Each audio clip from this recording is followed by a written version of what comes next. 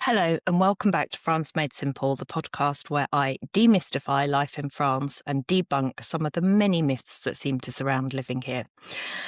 Anyway, today we are talking about renting your property out, which is something that comes up a lot on the forum, survivefrance.com, because a lot of people here who either live here full time, have, an extra building house as a gîte, or they do chambre d'hôte, or they have a whole gîte complex with multiple gîtes, or they're second homeowners who want to kind of make sure that the place is paying its way.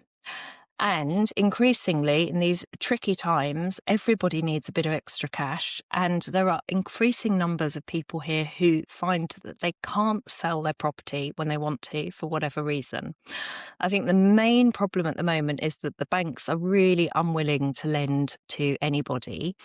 And that means that stuff that's really cheap is still selling, sort of less than €100,000. And stuff that's quite expensive, kind of 700,000-800,000 plus, is selling, because those kind of people generally with that kind of budget don't need bank loans.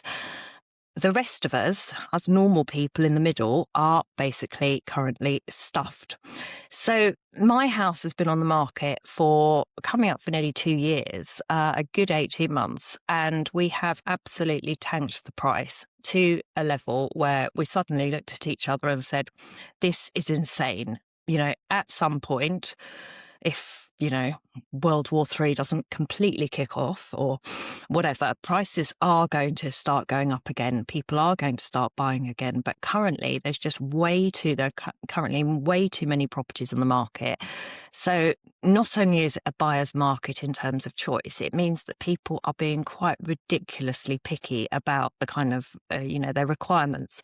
And for example, with our property, there's a kind of large car park. I can't speak it, honestly. I really can't speak English. There's a large parking in front of the house.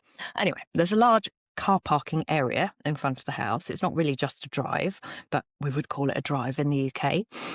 And a very large backyard for you Americans listening. But despite that, the backyard is all completely, fully stock fenced. So ideal for anybody wanting to keep sheep, or even with dogs. They have to be not tiny dogs because they'd get through the holes, but any normal sized dog, which was a considerable investment on our part and a really good quality job. One of the not complaints, I suppose, one of the things that came back on the feedback from people viewing was, oh, there's no gate on the front entrance. Well, yeah, there isn't, put one on. But this is the level that buyers are currently at. It's literally, I don't like the colour of the kitchen cupboards. I mean, we didn't get that, but it's that kind of thing where people in a buoyant market would look at a property and think, this place is great, it's in my budget, it's got potential. I'll change the kitchen cupboards, or I'll install a gate, maybe even an automatic gate, or, a gate with a bell and whistles and a security camera. Now they're using that as a kind of, I don't really like that one, because there's so much choice, which I can understand if you're buying, but doesn't make life easy for us sellers. So we've decided we're going to rent our house out, and we're not doing long-term lets because it's a large property and requires kind of ongoing maintenance. And I don't fancy the idea of renting it out for 3 years and then getting it back in a kind of worse condition than we started with. We also want to still use it from time to time. And it's ideal for holiday rentals, Airbnb, as an all year round venue, because it's a large house with 5 bedrooms, 3 bathrooms and a swimming pool. And we're even going to put a sauna in so that in the winter, people can use the pool as a plunge pool, having been in the sauna, which I think is a very clever idea. Anyway, we've decided to Airbnb it, and this has all been very last minute. So we've been on a kind of working round the clock mission to get everything organised before this season. And I'm crossing my fingers and praying to whoever the patron saint of property rentals is that this is actually a good summer and that everybody doesn't decide not to go on holiday at all because of the price of fuel. But what I'm hoping is that people will choose to holiday in France rather than travelling abroad, especially given the increasing costs of flying. So fingers crossed for me on that one. We will see. But what it has meant is that we had to take a really long, hard look at the property and get it rental ready. Now, when you live in a home, and a family home to boot, there are, of course, going to be scuffs on the skirting boards, stains on the walls. There's going to be all kinds of little quirks, the kitchen tap. Oh, if that's not turned cold, then you have a shower downstairs. The water might not be hot enough. It's fine when you're living there or your friends come to stay. You tell them about that before they get in the downstairs shower. It's not fine when you're renting. So we were back there a couple of weeks ago, and the amount of little jobs like that, the toilet that had a very slight slow leak. Again, we were turning it on and off, not to waste the water, but that got fixed. 4 taps got changed, 2 because they were not easy to use or not working perfectly, and another couple because they just looked a bit tired. They'd been relatively cheap taps in the first place, and everybody wants shiny, new, spanking clean rental properties. I know I do when I go and stay somewhere. So it's absolutely fair to expect, to provide the same standard for your guests because they're going to expect it. The same thing goes for even stupid things like toilet seats. I mean, yeah, they were fine and they weren't gribbly or disgusting, but new toilet seats was, I think, a good investment. And then the furniture, you have to be really ruthless and look at your furniture and decide what's functional, what works. Also, if it's old and antique, is it going to take the wear and tear of people using it, especially in a large property which sleeps up to sort of 14? By definition, things are going to get hammered. So you need to think about that and replace and upgrade if necessary. You also need to think about curb appeal. I have to say, our property currently doesn't have a lot of curb appeal. When you pull in, the drive is so overgrown with weeds that I would have to describe it as sustainable parking. We're providing a wildlife habitat for the local flora and fauna. But, that needs to be dealt with. So we had to get a gardener around to give us a quote for dealing with that and maintenance contracts for that and the pool. If you're on site and can do it all yourself, that's entirely different. But for second homeowners or people who aren't living in the property full time, you are going to have to think about that ongoing maintenance, especially during the rental season. Obviously, out of season, or if it's not rented out, you can deal with it yourself. But because it's a large property, we're looking at potentially, quite a lot of all year round rentals for half terms and Christmas holidays and stuff like that. So we have had to think about everything like that. And then you also need to be ruthless about your cutlery, crockery and everything like that. What you like. And I'm a sucker for vintage crockery, and a lot of it is pre-loved, shall we say. Shabby chic. Great for me, absolutely fine for friends when they come to eat, not acceptable for rental properties. And there's also stuff, I've got a load of Cornish ware. I don't want that damaged. So we've had to pack a lot of stuff away. We're lucky because we have a couple of outbuildings. So one of them is now the storage area. And when I go back next time, I will be doing the same with the books on the bookshelf, because obviously we don't want to leave the place bare. But I don't want people walking off with my copy of Rebecca by Daphne du Maurier, which is a Penguin edition that I've had since I was about 12 and read umpteen times. Absolutely happy for them to wander off with what I term as airport books. I know people leave books in Gîtes and Airbnb when they stay, and they also take stuff. That's fine, but I need to sort that out. And then we've had to think about all of those kind of things that in the kitchen. Again, wooden chopping boards, are they acceptable? No.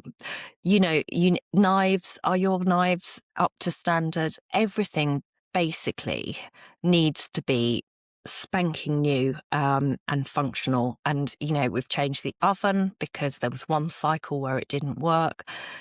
again, that was absolutely fine for us. We'd lived with it for about 5 years like that, but not okay for rental guests. So there's been a lot of money spent, a lot of time spent, and a lot of investment. But the end result is that the property is looking a lot better, I have to say, than it has done for the last 2 years.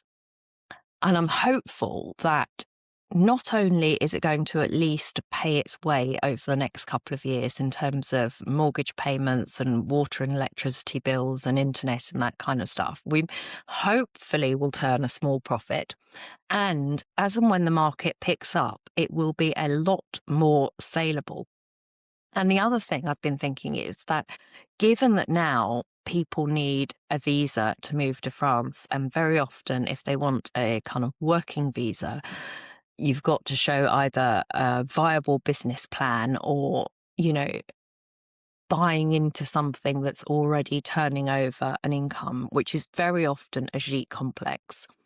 I am thinking, okay, well, maybe if the house is set up as a rental property, this will make it eventually a more attractive option for people who are looking to buy a kind of going concern, especially because there is the potential to live yourself in one of the larger outbuildings, which is about 60 or 80 square meters. Anyway, that's down the line, but you can see where I'm thinking with this. So you also need to think about how you're going to manage the changeovers, the cleaning, all of that stuff. Again, if you're on site and can do it yourself, great, but you are going to need to invest in a lot of bed linen. I mean, you can only imagine you need at least 2 sets. I mean, if you've got a small gîte or sort of where it sleeps 4 people, it's all doable. When you're looking at large numbers, I know because my kids and I have done over the years, especially my daughters have done gîte cleaning for people who have businesses doing massive gîtes on the coast on a Saturday, and making up 22 beds is quite a task. So if you're not going to either be able to do that because you're not available, you're not local, or it's just going to be too much work, then you need to think about employing a concierge service, which is basically an agency that will come in and, they will do everything from placing the ad, taking the bookings, and restocking the kind of coffee and toilet paper and a welcome pack. Or more or less, depending on what your individual requirements are. Now, not all agencies are equal, not all concierge services are equal. And one of the problems they often have is getting the staff to actually do the work. So do be careful and look for a reputable agency or service. Again, word of mouth, personal recommendation is always the best way to go when employing anybody. But other than that, look on Airbnb, TripAdvisor, that kind of stuff for these people's ratings and reviews. Yeah. What else needs to be addressed? Yeah, I think overall, I would say don't underestimate the amount of work involved. We thought we would nail it in a week, but I would say it's going to take us about 3 weeks of work to get the house to what I would consider an acceptable standard. And obviously I want it to be absolutely perfect, because there is nothing worse than going to stay somewhere and finding it a bit dirty or gribbly, finding that there's no tin opener or bottle opener, and it just puts you in a bad mood for your holiday. People have paid a significant amount of money to come away and stay on holiday, so you want your guests to have a really good experience. So you need to think about every single little detail and almost put yourself in their shoes and, think, right, I'm going to get out of bed. Has the bedding been comfortable? I'm going to go to the bathroom and have a shower. Where's the hairdryer? Does this work? Is there that? Are there enough towels? Then I'm going to get dressed. Where do I get my clothes from? Then I'm going to have breakfast. Where am I going to sit to eat breakfast? Where are the other people going to sit? Is there enough seating? Is there enough outdoor seating? Almost put yourself in the guest's shoes and go through a typical day and try and think of every single thing that could go wrong and needs fixing. easier said than done. And I'm absolutely sure that our first couple of rentals are going to be a bit of a baptism of fire. We are going to get people saying, where's the this, or why isn't there a that? But we can only try and improve. So I hope that's been useful and interesting. It is something that one can definitely think about doing. And whether you are thinking about doing it as a sideline or a full-time activity, or just as a sort of temporary stopgap because, for some reason you want to sell your property and you can't currently sell it, and maybe you're moving back to the UK and you've already gone back to the UK and you've got your French property sitting there empty, deteriorating, cobwebs accruing. Renting it out can be a really good option to get a bit of extra cash in and keep the property maintained. Houses that are lived in always do better when it comes to sale eventually. And just having people coming in and out, opening doors and windows, airing stuff will help the fabric of the building, especially over a long French winter. And if you are doing winter rentals, you're also going to need to think about the cost of heating and fuel. And do you heat with a wood fire and a wood burning stove rather? And are your guests going to set the place on fire, or would it be better to install some electric storage radiators? All good fun. Nothing is insurmountable. My father has a friend who is a millionaire who always says, when anybody is complaining about anything, if it's a problem that money can solve, then it isn't a problem. Which is a good approach, probably a very good approach if you're a millionaire, less so for us mere mortals who can't throw money at everything. But it's a good maxim to go through life and think, well, can I fix this without, okay, I might have to spend some money, obviously not spending a ridiculous amount of money. I'm not planning to rip out our pellet boiler, which works very well, but you need to know how to operate it and install electric radiators. But we may have to think of another heating system if we get significant numbers of winter rentals. Who knows? Watch this space. Anyway, thank you very much for listening. And please do, especially those of you that are already currently renting places out, please do send me some input, feedback, comments, etc., because I absolutely guarantee there is stuff that I haven't yet thought about, and it would be very interesting for the listeners. So thank you for listening. Thank you as always to our sponsors, Fab French Insurance, and that's another thing I need to do, upgrade my household insurance to cover me in case of anybody falling down the stairs or setting themselves on fire or breaking the swimming pool liner, etc., etc. Thank you to Fab French Insurance, who are brilliant at sorting stuff out like that. I'm currently dealing with them for an insurance claim for my father's property, and I cannot tell you how blissful it is to be able to just hand it over to somebody who deals with the insurers for you. So thank you very much, Elizabeth at Fab French Insurance, for all your hard work to date. Anyway, that's it from me this morning. See you next time, and have a good week.